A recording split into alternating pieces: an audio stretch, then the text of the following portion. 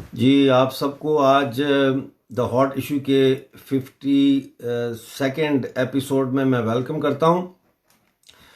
दोस्तों, आज आपके साथ बहुत सारी बातें करनी है, इसलिए कि 5 अगस्त जो है वो आ रहा है, जो एक हमारा इस्तेसाल से निजात का दिन है।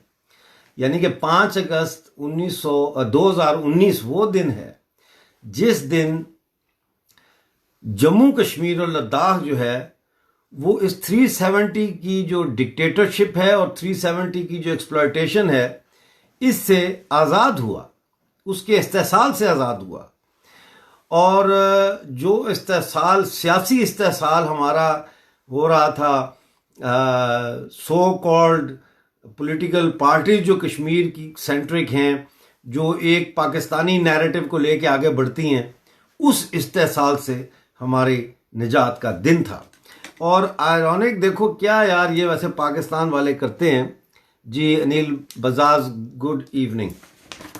पाकिस्तान ने 5 अगस्त को पाकिस्तानी मकबूजा कश्मीर और पूरे पाकिस्तान में जो है वो यौम इस्तेसाल मनाने का ऐलान किया है। यानी इनकी आप देखें, इनकी सोच देखें कि पूरा सरकारी तौर पर, यानी सिविल एडमिनिस्ट्रेशन और मिलिट्री एडमिनिस्ट्रेशन दोनों मिलके, तो वो एक्सक्यूज मी, पाकिस्तान में एक हाइप क्रिएट कर रहे हैं, एंटी इंडिया हेट हाइप। कहाँ है यूनाइटेड नेशन, कहाँ है यूरोपियन यूनियन, कहाँ है इंसानी हकूक की वो तंजीमें, कहाँ है वो तंजीमें जो दुनिया में दुनिया को अमन का गहवारा बनाने की जद्दोजहद करने का दावा करती हैं? कहाँ है वो? उनको नजर नहीं आ रहा कि पाकिस्तान सरकारी सतह पे, यानी गवर्नमेंट लेवल पे, वो अपनी अवाम को एक जंगी जुनून में जो है वो इन्वॉल्व कर रहा है। भारत के खिलाफ, किसी के भी खिलाफ हो, उसकी हमें मुखालफत करनी चाहिए, लेकिन in this particular case it is against India. अच्छा, आज कुछ इंपॉर्टेंट चीजें मैं लेके आया हूं जो मैं आपके साथ डिस्कस करना चाहता हूं। और सबसे पहले हम यही बात इसी के ऊपर करेंगे कि ये जो 5 अगस्त का इन्होंने शुरू किया है, मैं चाहूँगा कि आप इसको अपने दोस्तों के साथ शेयर भी करें और दोस्तों को इनवाइट करें, ताकि ज़्यादा से ज़्यादा लोग आज का प्रोग्राम देख सकें। और कमेंट्स भी आप कर सकते हैं नीचे। ये special assistant to prime minister on national security, ठीक है। अब नेशनल सिक्योरिटी जो है उसका जो असिस्टेंट है प्राइम मिनिस्टर का, उसका स्टेटस होता है फेडरल मिनिस्टर का, राइट। वो, उसका नाम है मुईद यूसुफ। मुईद यूसुफ ने कहा है कि एक्सक्यूज मी, उसने हदायत यानी कि इंस्ट्रक्शंस दी हैं इनको, क्या उसे कहते हैं, इसको मैं ज़रा बंद कर दूं। उन्होंने इंस्ट्रक्शंस दी हैं अपना मीडिया को, और उन्होंने ये इंस्ट्रक्शंस दी हैं कि 3, 4 और 5 को जितने अखबारात हैं पाकिस्तान के और मीडिया चैनल्स हैं, उनको 370 के सिवाय और किसी चीज़ को नुमाया नहीं करना चाहिए। ये उनके अल्फाज हैं कि किसी और चीज़ को हाईलाइट ना करें other than opposing India, criticising India and creating this hype about 370 against India। मैं यहाँ पे इस नेशनल सिक्योरिटी के जो बंदा है, इसको मैं ये कहना चाहता हूँ, तुम्हें कराची नज़र नहीं आता? पूरा कराची जो है उसमें बारिश हुई है, पूरा कराची डूब गया है, डूब गया पूरा कराची, गाड़ियाँ बह गई हैं, उसकी वीडियो फुटेजेस हैं सोशल मीडिया पे। वो इनको नज़र नहीं आता कितनी बड़ी नेशनल सिक्योरिटी का इशू है ये। और फौज को दे दिया इन्होंने कराची। यानी इनकी हमेशा ख्वाहिश होती है फौज की कि हमारे हाथ में पूरा शहर, पूरा सूबा, पूरा मुल्क कब आएगा। कराची दे दिया फौज को। क्यों देना पड़ा? इसलिए कि आपकी जो डिजास्टर मैनेजमेंट अथॉरिटी है, वो उसके चीफ भी आर्मी है। वो जो डिजास्टर मैनेजमेंट अथॉरिटी है पाकिस्तान की, वो फेल हो चुकी है। फेल क्या होनी है, वो है ही नहीं, वो सिर्फ कागजों में है करप्शन के लिए, ताकि डिजास्टर के नाम पे फॉरेन अपील की जाए फंडिंग के लिए, वर्ल्ड बैंक को की जाए, IMF को की जाए, चाइना, जापान, यूरोपियन यूनियन को की जाए कि मारे गए जी, हम डिज़ास्टर हो गया है तो पैसे भेजें, और वो पैसे आए तो वो खुर्द बुर्द हो जाएं, वो पैसे आए तो वो आर्मी जो है अपनी पर्स में डाल ले, ट्रांसपोर्टेशन में डाल ले, पेट्रोल मनी में डाल ले, अपने TADA में डाल ले, या किसी भी तरीके से उस पैसे को वो आगे पीछे करके अपनी जेबों में डाल ले। तो कोई डिज़ास्टर मैनेजमेंट प्रॉपर अथॉरिटी जो है उसका कोई सिस्टम ही नहीं है पाकिस्तान में। और ये हमने उस वक्त भी देखा जब 2005 में पाकिस्तानी ऑक्युपाइड जम्मू कश्मीर में ज़लज़ला आया, जिसमें 1 लाख से ज़्यादा लोग मारे गए, ज़्यादातर स्कूलों के बच्चे थे क्योंकि बच्चे सब स्कूल में थे जब अर्थक्वेक आया। तो एनीवे, मैं इस बात पे हैरान नहीं हूँ, मुझे हैरत नहीं होती। इसलिए मुझे हैरत नहीं होती कि मैं इनको जानता हूँ, मैं इनके अंदर तक इनको समझता हूँ कि इनकी साइकी क्या है पाकिस्तान की फ़ौज की।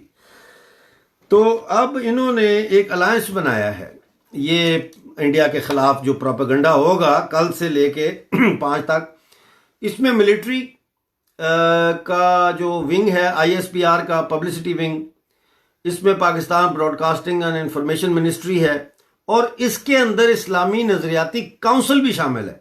यानी कि मौलवियों को भी जो है वो आज जो जुम्मे का खुतबा हुआ है उसके अंदर उन्होंने पूरे पाकिस्तान में मौलवियों को ये हिदायत दी गई हैं कि आपने इंडिया के ख़िलाफ़ बोलना है, कश्मीर कश्मीर करना है, और वो उन्होंने किया आज। और जाहिर है, जब आप देखें, आप किसी को जब एक चीज़ बार बार उसके ब्रेन पे मारते रहेंगे कि वो आदमी ख़राब है, वो आदमी गलत है, वो आदमी गलत है, तो नेचुरली एक दिन आएगा कि वो इंडोक्ट्रिनेट हो जाएंगे हम। और इंडोक्ट्रिनेट जब हम हो जाएंगे तो फिर हम लॉजिक को, रीज़न को नहीं देखेंगे, फिर हम वही करेंगे जो जिसने हमें इंडोक्ट्रिनेट किया है वो हमें कहेगा करने को।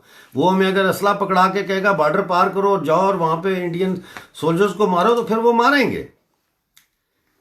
तो अब आप ये देखें कि इन्होंने ये कहा है कि जी 5 अगस्त को, और ये मेरा पैगाम है आप सबको, और इस पैगाम को मैं चाहूँगा कि आप लोग फैलाएं, और इस पैगाम को फैलाएं कि 5 अगस्त को ये खबर है, और पैगाम इस खबर के बाद है।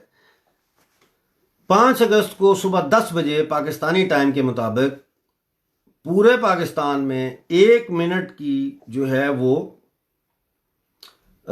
खामोशी इख्तियार की जाएगी। यानी 5 अगस्त को पूरे पाकिस्तान और POJK में गवर्नमेंट ने ये कहा है कि सुबह 10 बजे 1 मिनट की खामोशी इख्तियार की जाए to protest against the abrogation of 370। लेकिन हम तो 370 की एब्रोगेशन पर बड़े खुश हैं। लिहाजा this is what I want to convey to all those in Jammu Kashmir, Ladakh and the wider Hindustan कि 5 अगस्त को भारतीय टाइम के मुताबिक सुबह 9 बजे, क्योंकि जब भारत में सुबह के 9 बजेंगे तो सॉरी 11 बजे जब इंडिया में जब 11 बजेंगे तो पाकिस्तान में 10 बजे होंगे। तो 11 बजे इंडियन टाइम के मुताबिक सारा Hindustan including Jammu Kashmir union territory and Ladakh union territory अपने अपने घरों से, अपने अपने दफ्तरों से, अपने अपने स्कूल अगर है तो स्कूल के प्लेग्राउंड में सबको इकट्ठा करके 1 मिनट के लिए मोदी सरकार के इस फैसले के हक में तालियां बजाएं और वो तालियां रिकॉर्ड करके उनको सोशल मीडिया पे वायरल करें। This should be our answer to Pakistan's manipulation of its own people and those innocent people who are living across India as well, who have been infected by the Pakistani narrative in one way or the other. तो ये तो मेरा message था एक। दूसरा जो है कुछ दोस्त हिंदी में भी मैसेजेस कर रहे हैं। अगस्ती दभाडे, ये आप ना रोमन में करें प्लीज़, रोमन इंग्लिश में लिख के भेजें। अच्छा, तो अब मैं आता हूं पाकिस्तानी मकबूजा कश्मीर में शाया होने वाले जितने अखबारात हैं उर्दू के, इंग्लिश तो वहाँ है नहीं, वो सारे अखबारात जो है वो सिर्फ कमर्शियल बुनियादों के लिए शुरू किए गए। उनका जम्मू कश्मीर की आवाम से कोई लेना देना नहीं है। और यही वजह है कि वो सारे अखबारात जो है वो पाकिस्तानी जो नैरेटिव है उसको टो करते हैं और उसको टो करते हैं। और यही वजह है कि आज एक जम्मू कश्मीर के अखबार ने पूरा फुल पेज सप्लीमेंट छापा है सरदार इब्राहीम पे। उनकी 17वीं बरसी आ रही है। वो सरदार इब्राहीम, हमारे नज़दीक सरदार इब्राहीम एक गद्दार था, जिसने 18 जुलाई को जब मुस्लिम कॉन्फ्रेंस ने ये ऐलान किया कि वो भारत के साथ जो है वो इल्हाक के हवाले से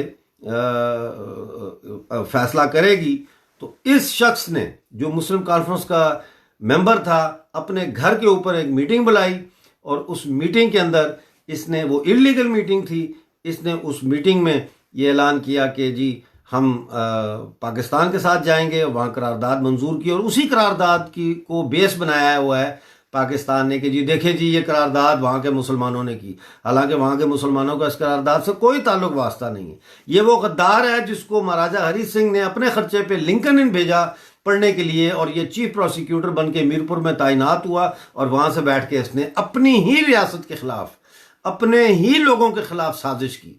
तो ये हमारा हीरो नहीं हो सकता। आगे चलते हैं। आगे चलते चलते राफेल के 5 तैयारे जो है वो हिंदुस्तान की धरती पे उतर चुके हैं और इनके उतरने से पाकिस्तान को पिछू पड़ गए। पाकिस्तान की वजारत खारजा की तर्जुमान जो हैं आयशा फारूकी, वो जनाब चीख रही हैं कि जी ये आलमी कवानीन के ख़िलाफ़ है और ये बैलेंस ऑफ पावर यहाँ पे ख़राब हो गया है। ओ भाई, तुम तो इतनी बड़ी फ़ौज तुम क्लेम करते हो कि हमारी फ़ौज दुनिया की बेस्ट फ़ौज है और पता नहीं क्या क्या है, तो 5 जहाज़ों से ही तुम्हारे पिस्सू निकल गए। ये कौन कहलवा रहा है इनसे? ये खुद नहीं कह रहे, क्योंकि इनके मुंह में जो ज़ुबान है वो चाइना की है। चाइना इनको कह रहा है कि तुम ये कहो, तुम ये कहो, और वो उसको फॉलो कर रहे हैं। तो बहरहाल ये एक छोटा सा मैंने इसकी तरफ आपकी तवज्जो दिलानी थी। आगे चलते हैं। मैंने आज आपको ये भी बताना है कि पाकिस्तान में बायोलॉजिकल वेपन्स तैयार हो रहे हैं, वो मैं एंड में आपको उसके बारे में बताऊंगा। लेकिन फिलहाल मैं आपको ये बताना चाह रहा हूं कि कल बड़ा ही खूनी दिन था, बड़ा खूनी दिन था। और वो इस तरह से कि पारा चिनार में पुरअमन मुजाहरा हो रहा था पश्तूनों का, और उसके ऊपर पाकिस्तान की फ़ौज ने स्ट्रेट फायर किए। उसकी भी फुटेज मौजूद है, आप देख सकते हैं। स्ट्रेट फायर किए और फ्रंटियर कॉन्स्टेबलरी जो पैरामिलिट्री फोर्स है, उन्होंने बख्तरबंद गाड़ियां, यार बख्तरबंद गाड़ियां लेके, यानी आर्मर्ड कार्स लेके उसमें से फायरिंग की। और वो आप देख सकते हैं कि उसकी फुटेज में आप देख सकते हैं कि वो मजदूर लोग, गरीब लोग इस किस्म के उसमें शामिल थे और वो अपने मुतालबात के लिए पुरअमन सड़क पे बैठे हुए थे। उसमें बच्चे भी मरे, उसमें लोग मरे। अभी तक जो है वो एक्चुअल फिगर नहीं आ रही, लेकिन ख्याल किया जा रहा है कि कम अज़ कम 3 से 5 लोग उसमें शहीद हुए और जो है वो 30 से ज़्यादा ज़ख्मी हुए। तो ये पाकिस्तानी फ़ौज का एक और कारनामा। अच्छा, ना सिर्फ ये, बल्कि पाकिस्तानी आर्मी ने फिर एक चालाकी की। चालाकी इन्होंने ये की कि इन्होंने अनप्रोवोक्ड अटैक कर दिया अफगानिस्तान पे कल। हाँ बिल्कुल, मैं आपको बता रहा हूं ना कि इन्होंने एक अनप्रोवोक्ड अटैक कर दिया पाकिस्तान के अफगानिस्तान के ऊपर, और इन्होंने रॉकेटों की बारिश कर दी। कुनर प्रोविंस है, कुनर प्रोविंस में बुदक जो है उसका नाम है बोलदक डिस्ट्रिक्ट, उसमें, और उसमें इन्होंने की। और 15 बेचारे अफगान गरीब देहात के 15 अफगान इन्होंने कत्ल कर दिए इनके रॉकेट फायर की वजह से, और 50 से ज़्यादा लोग वहाँ जख्मी हुए। समझे कि नहीं? और इन्होंने ये बहाना किया, मतलब तवज्जो हटाने के इनके टैक्टिक्स आप देखें कि जी लोगों की तवज्जो उधर चली जाए। आपको मैं ये बताऊं कि इसी महीने यूनाइटेड नेशन की रिपोर्ट छपी है और उस यूनाइटेड नेशन की रिपोर्ट में ये कहा गया है कि अफगानिस्तान में 6,500 6,500 ये नंबर मेंशन किया है उस रिपोर्ट में। 6,500 तहरीक तालिबान पाकिस्तान के टेररिस्ट जो है वो इस वक्त अफगानिस्तान में बैठे हुए हैं। इन्होंने हर मुल्क में, पड़ोसी मुल्क में टेररिस्ट बिठाए हुए हैं जो इनके कहने के ऊपर, इनकी इंस्ट्रक्शन के ऊपर किसी भी वक्त उस मुल्क के अंदर जो है वो कोई टेररिज्म का एक्ट कर सकते हैं। इतना इन्होंने ये किया हुआ, क्योंकि ये जंग नहीं जीत सकते ना। ये अफगानिस्तान के साथ भी अगर जंग करें तो ये जीत नहीं सकते। इंडिया तो छोड़े ना, इंडिया तो बहुत बड़ा है। ईरान, अफगानिस्तान, नेपाल, भूटान, किसी भी एक मुल्क के साथ पाकिस्तान जंग नहीं कर सकता। इनकी फौज जो है वो करप्ट फौज है। इनकी फौज जो है पाकिस्तान की, ये बिजनेस कॉरपोरेशन चला रही है। ये दलाल हैं, यानी कि ये ब्रोकर्स हैं। ब्रोकर्स वॉर नहीं करते, ब्रोकर्स कारोबार करते हैं। तो इन्होंने इसीलिए मुख्तलिफ मुल्कों के अंदर, जैसे कश्मीर है, जैसे अफगानिस्तान है, और कंट्रीज हैं, वहाँ पे इन्होंने अपने टेररिस्ट बिठाए हुए हैं। जब वो इनको इंस्ट्रक्शन देंगे वो एक टेररिस्ट एक्ट करेंगे। और इस वक्त मैंने कल भी आपको शायद बताया था कि बटल से POJK में बटल का बॉर्डर जो है लगता है जम्मू के साथ, कश्मीर के साथ, वहां से इन्होंने 30 लोग लास्ट संडे को घुसाए। हर रोज 10 से 15 लोग जो है वो दाखिल करने की कोशिश ये कर रहे हैं। तो ये जो है, मैं इसका देखें, पाकिस्तान और अफगानिस्तान का जो बॉर्डर है ना, ये 2,500 किलोमीटर लंबा बॉर्डर है, राइट। और ये एक मसनूई बॉर्डर है, मैं इस बॉर्डर को नहीं मानता और कोई भी अक्लमंद आदमी जो है वो इस बॉर्डर को नहीं मानता, और अफगानिस्तान भी इस बॉर्डर को नहीं मानता, क्योंकि ये बॉर्डर 1893 में ड्यूरेंट लाइन के नाम से इसको लाइन डाली गई थी। और ड्यूरेंट जो है वो ब्रितानिया का एक कॉलोनियल ऑफिसर था जिसने ये सारा कुछ किया। तो ये जो बेसिकली पठानों का सारा इलाका है, KP का, ये सारे का सारा अफगानिस्तान का हिस्सा है। और इसको या तो अफगानिस्तान में ये शामिल होना चाहिए और या फिर इसको एक अलग इंडिपेंडेंट कंट्री बनना चाहिए यहाँ पे। तो इसके ऊपर भी किसी वक्त हम प्रोग्राम करेंगे और इस पर हम कुछ अफगान दोस्तों को कोशिश करेंगे ऑनलाइन लेके आएँ और इसके ऊपर हम बात करेंगे। अब मैं आपकी जो तवज्जो है वो दिलाना चाहता हूँ इस तरफ के कल, यानी आज रात और ये जो कल की रात थी और आज की सुबह के दौरान, बलोच लिबरेशन आर्मी ने पाकिस्तान आर्मी के चौकियों पे हमला करके, उनके कॉन्वॉय भी थी एक जगह, उस पे हमला करके तो जाहू और मुश्के में 9 पाकिस्तानी फौजी जो है उनको हलाक किया है, जो कॉलोनियल आर्मी बलूचिस्तान में पाकिस्तान की। तो 9 मारे हैं इन्होंने उनके वो। तो ये एक इनकरेजिंग है कि देखें, मरने पे हम जश्न नहीं मनाते, लेकिन ये एक इनकरेजिंग साइन ज़रूर है कि वो रिटेलिएट कर रहे हैं, रेजिस्ट कर रहे हैं। ये अच्छी बात है। अब मैं आता हूँ उस चीज़ की तरह जो मैं आपको बता रहा था, बायोलॉजिकल वेपन्स की। पाकिस्तान ने हमेशा, देखें, पाकिस्तान अपने कंट्री के अंदर से तो कोई ऐसी इंडस्ट्रियलाइजेशन नहीं कर सका, कोई इलेक्ट्रिफिकेशन नहीं कर सका, कोई इंडस्ट्री बेस्ड एग्रो इंडस्ट्री जो है वो डेवलप नहीं कर सका। स्मॉल इंडस्ट्री की बेस के ऊपर हैवी इंडस्ट्री का जो फिनोमेना है वो भी वहाँ पे नापैद है। तो फिर ये किक बैक्स से चल रहा है मुल्क, ठीक है ना। ये मुल्क जो है इधर से पैसा ले लो, उधर से ले लो, और अपनी सर्विसेज आर्मी जो है मर्सनरी आर्मी है, जिसने बुलाई आर्मी, वो पैसे लिए और चले गए उनकी जंग लड़ने के लिए। जैसे पाकिस्तान अब सऊदीया का पैसा लेके यमन में लड़ता रहा है, वगैरह वगैरह। तो इसी तरह से इन्होंने लाहौर में, मैं पहले आपको ये मिसाल देना चाहता हूँ, लाहौर में इन्होंने 80s में इन्होंने ज़ियाउल हक के साथ मिलके, तो लाहौर में एक जो लेबॉर्ट्री थी वहाँ पे इन्होंने एक वायरस जो है उसको तैयार किया। और ये जो वायरस है, ये बेसिकली ये वायरस ये फिलीपीन से इन्होंने वहाँ फिलीपीन और वियतनाम में इन्होंने इसको फिलीपीन में डेवलप करके वियतनाम में यूज़ किया था, और फिर इसको उन्होंने रख लिया, क्योंकि वायरस को आप रख सकते हैं काफ़ी अर्से तक लेबॉर्ट्रीज़ में, और जब ज़रूरत हो तो फिर निकाल के उसको आप रिलीज़ कर सकते हैं। और उस वायरस का नाम था डेंगू वायरस। मैं एक सेकंड आपको एक चीज़ दिखाता हूँ। डेंगू वायरस जो है ये लाहौर में बाकायदा बनाया गया, और उसके बाद ये जब पिछले ज़माने में डेंगू वायरस इतना फैला था तो इसकी वजह यह थी कि वो लाहौर में जिस जगह पे इसको रखा था वो जगह टूट गई, वो ट्यूब्स वगैरह जो थी वो किसी वजह से टूट गई और वहाँ से ये रिलीज़ हुआ। और ये देखें, पाकिस्तान में पहला केस 1994, निकरागुआ में 1985 और क्यूबा में 1981 में रिपोर्ट हुआ। ठीक है। और डेंगू वायरस CIA ने पाकिस्तान में तैयार किया अफगानिस्तान और क्यूबा की हुकूमतों को गिराने के लिए, यानी कि वहाँ पे डेंगू वायरस को इतना फैला दिया जाए कि एक क्राइसिस आ जाए। और ये आप देख सकते हैं, ये वो अखबार है, और ये इसमें मेरा आर्टिकल फ्रंट पेज पे ये छपा है।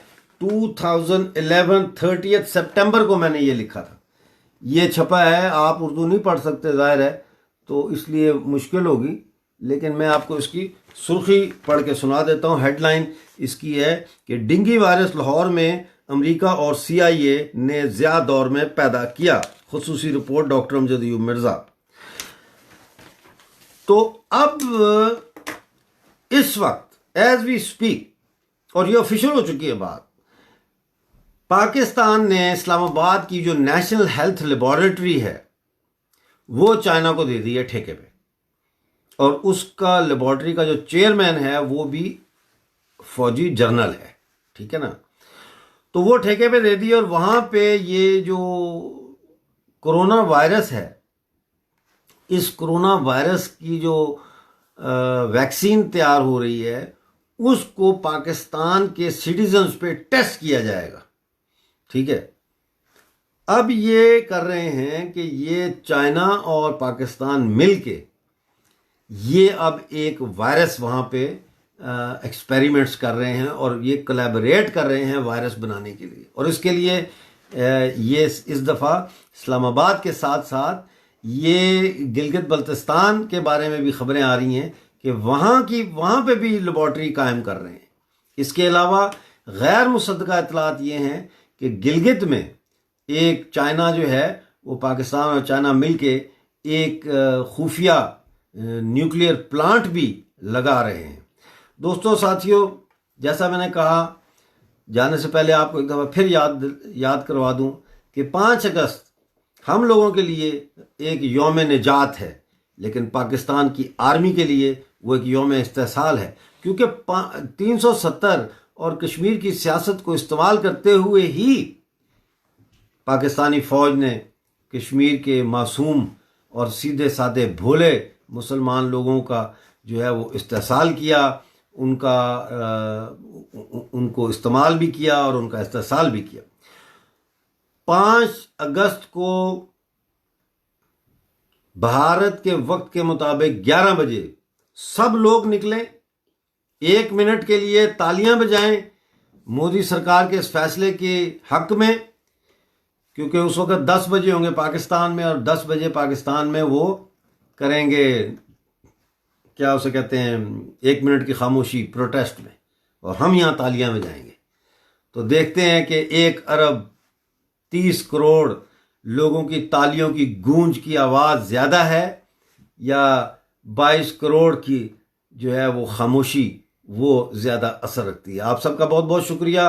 कल सैटरडे और संडे है, इस दौरान ईद होगी। तमाम मुसलमान, हिंदू, सिख और तमाम दूसरे क्रिश्चियन मज़हब जितने भी, आप सबको ईद मुबारक। अब इंजॉय कीजिएगा और दुआ में याद रखें। आपसे अब मंडे को मुलाकात होगी।